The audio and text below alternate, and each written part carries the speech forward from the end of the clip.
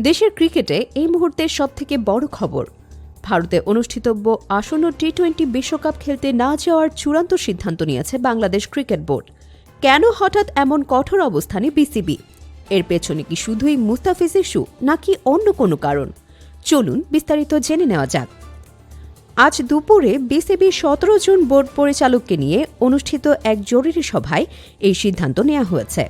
মূলত মুস্তাফিজুর রহমানকে আইপিএল থেকে আকস্মিক বাদ দেওয়ার পরিপ্রেক্ষিতে গতকাল রাত থেকেই বিসিবি পরিচালকদের মধ্যে দফায় দফায় বৈঠক চলে। শুরুতে বোর্ড পরিচালকদের একটি বড় অংশ কঠোর কোনো পদক্ষেপ না নেওয়ার পরামর্শ দিলেও শেষ পর্যন্ত সরকারের উচ্চ পর্যায়ের হস্তক্ষেপে বিসিবির অবস্থানে বড় পরিবর্তন আসে। ক্রিকেটারদের নিরাপত্তা এবং সাম্প্রতিক পরিস্থিতি বিবেচনা করে বিসিবি এখন অনড় অবস্থানের। বিষয়টি নিয়ে গণমাধ্যমকে নিশ্চিত করেছেন ক্রিকেট পরিচালনা বিভাগের প্রধান নাজমুল আবেদিন। তিনি জানিয়েছেন, কিছুক্ষণের মধ্যেই আনুষ্ঠানিকভাবে সংবাদ বিজ্ঞপ্তির মাধ্যমে